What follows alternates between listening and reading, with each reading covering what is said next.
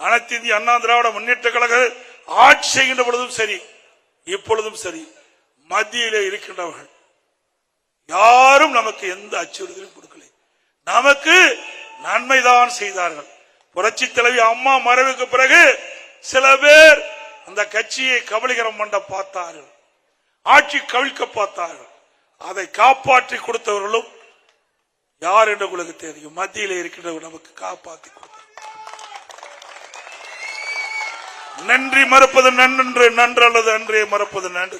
பல ஆண்டுக்கு முன்னாவே, 26 ஆண்டுகளுக்கு முன்னே வள்ளுவன் ஐயன் வள்ளுவன் சொல்லிவிட்டு போயிருக்கார். அப்படி நன்றியோடு நாங்கள் இருக்கிறோம்.